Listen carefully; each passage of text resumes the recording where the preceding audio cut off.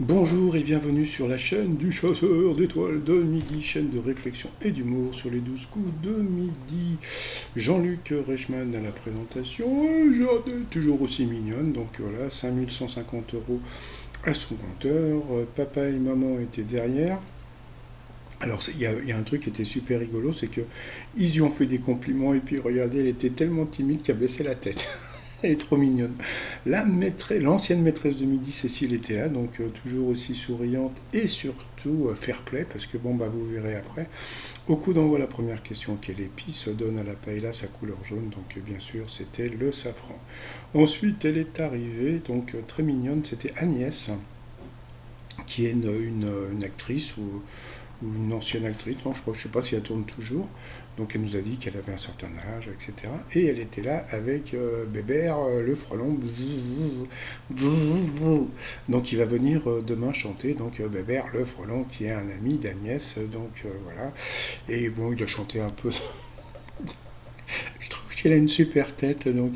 Puis elle a été éclatée de rire. Bon, bah, elle nous a raconté qu'elle avait tourné avec Zulaski, avec, etc. J'ai trouvé sa page Facebook, ça vous intéresse? Bah, je le mettrai tout à l'heure. Selon le concours de World Drink Award, Do It Originaire, le meilleur pastis du monde, eh bien c'était à Lyon.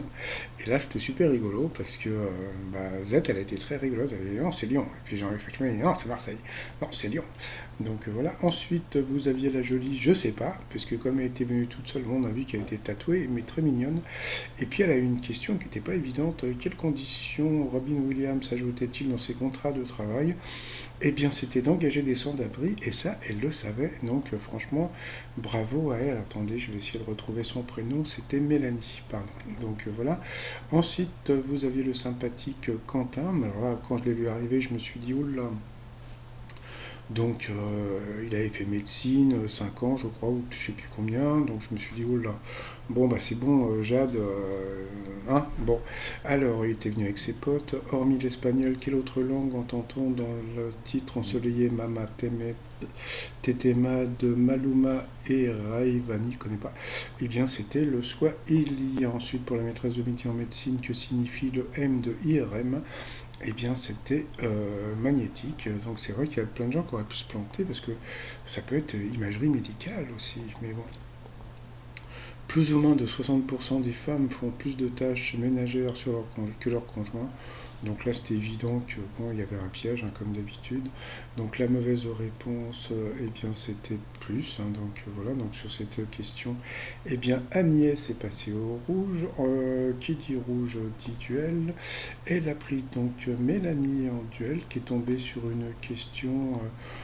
Bah, qui n'était pas évidente, hein, qui a consacré plus de 30 ans de sa vie à poursuivre les faux monnayeurs. Bon, Elliot Ness, bon, on sait que c'était pas possible. Donc elle a dit Charles Darwin, et à ce moment-là, Jean-Luc Reichmann a posé la question à Cécile, qui a dit, moi j'aurais dit Isaac Newton, et c'était Isaac Newton, donc vous voyez, Cécile savait quand même des trucs. Ensuite, eh bien, Agnès Oja et Quentin se sont retrouvés coup par coup. Alors, à la télé qui anime ou a animé une émission littéraire? La mauvaise réponse était évidente, c'était Sébastien Toen, hein, qui est officie aux grosses têtes et qui avait fait le journal du Hard aussi. Et j'ai écouté il n'y a pas très longtemps les grosses têtes et euh, Sébastien Toen a demandé à Jean-Luc Reichmann non, je crois que c'est Jean-Luc Reichmann qui a demandé à Sébastien Toen de faire un truc ensemble au théâtre. Donc peut-être que ça va se faire. Donc voilà.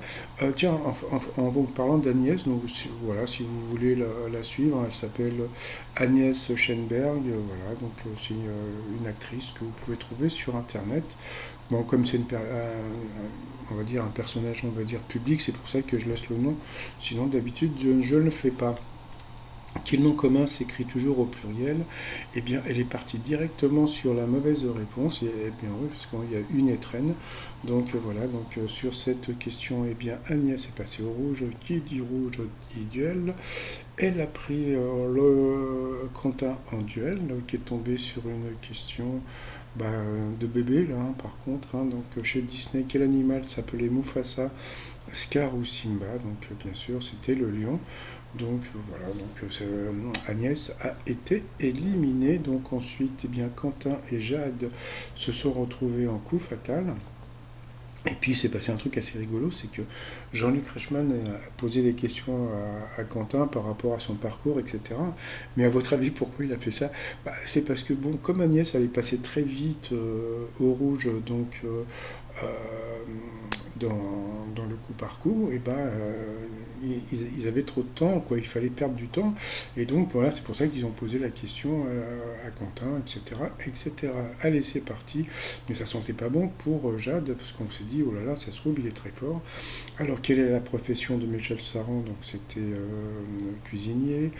Quel pays du Maghreb est baigné par la Méditerranée et l'Atlantique? Donc, bravo à Quentin qui a trouvé le Maroc. Bravo. Donc, vous voyez, pourtant, c'était une question qui n'était pas facile. Ensuite, quel membre des Destiny Child interprétait en solo la chanson If I Were a Boy, donc c'était Beyoncé, Queen Bee. Ensuite, quel récipient servant à faire des cocktails pouvait être appelé secoueur en français, donc c'était l'hot shaker. Qui a chanté L'école est finie dans les années 60, donc c'était Sheila. Elle connaissait grâce à son papy. Quel ustensile est spécialement conçu pour briser la coque des noix? Bah, c'était le casse-noix. Donc là, on a pu voir que les deux avaient des questions à peu près similaires. Donc voilà. Ensuite, comment s'appelle l'héroïne principale du roman 50 nuances degrés? Alors je sais pas. Alors elle a donné la bonne réponse, hein. Moi, franchement, je connaissais pas. Donc bravo à elle. Selon la légende, par quoi une épée est-elle suspendue au-dessus de la tête de Damoclès?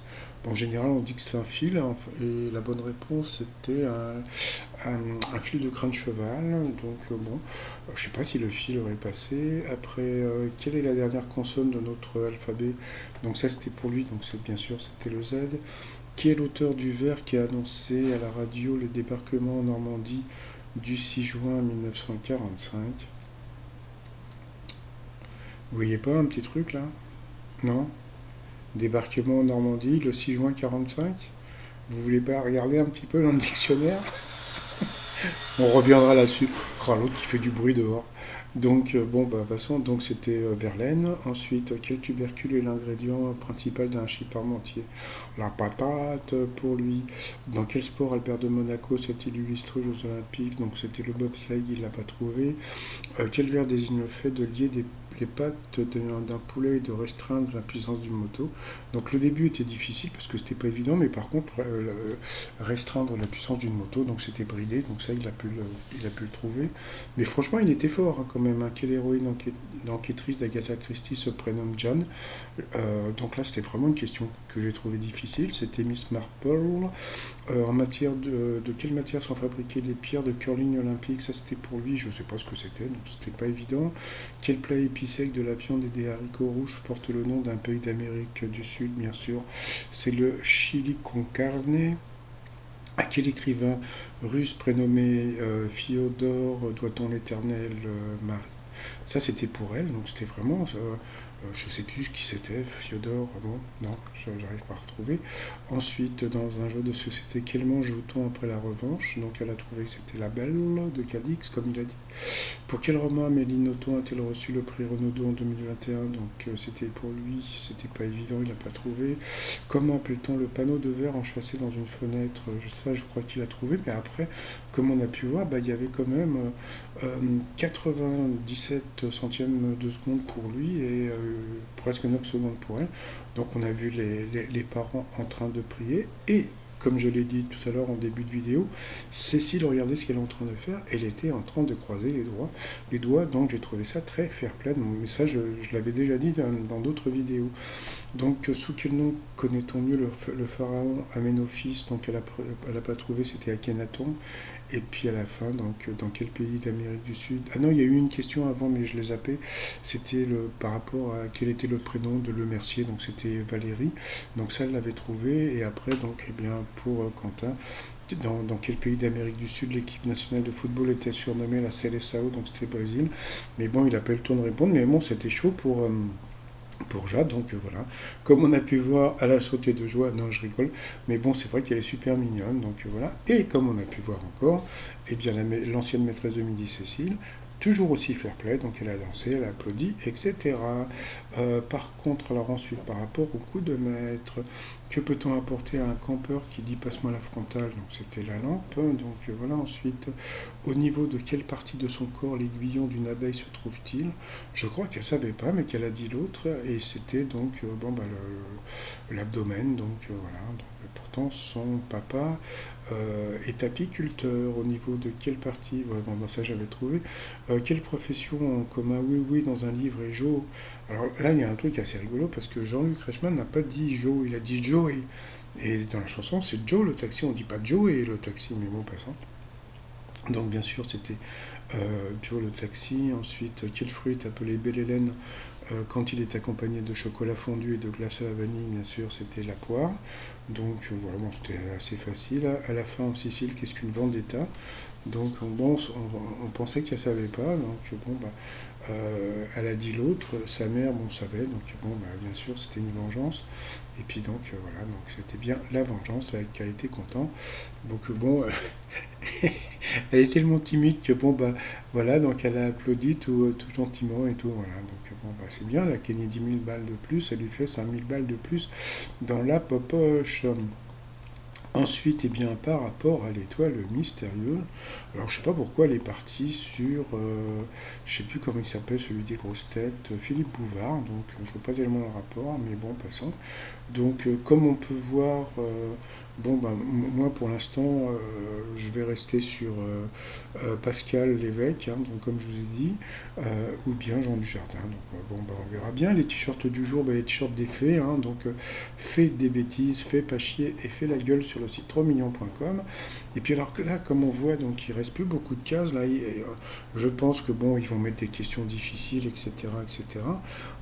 Donc je pense que l'étoile mystérieuse devrait te trouver samedi, dimanche, lundi, entre lundi et mardi, on va dire. Donc est-ce que Jade va la trouver? Bah, je pense que beaucoup de gens voudraient bien, parce que bon, j'ai vu sur internet qu'elle avait pas mal de fans. Mais bon, c'est pas évident, ça dépend qu'est-ce que les comment dire les candidats quoi, qui vont lui mettre en face. Bon bah sinon bah voilà, donc elle a 10 000 euros, bon ça lui permettra de partir en voyage en Corée. Allez, je vous souhaite une bonne journée et je vous dis à demain, portez-vous bien, bye bye.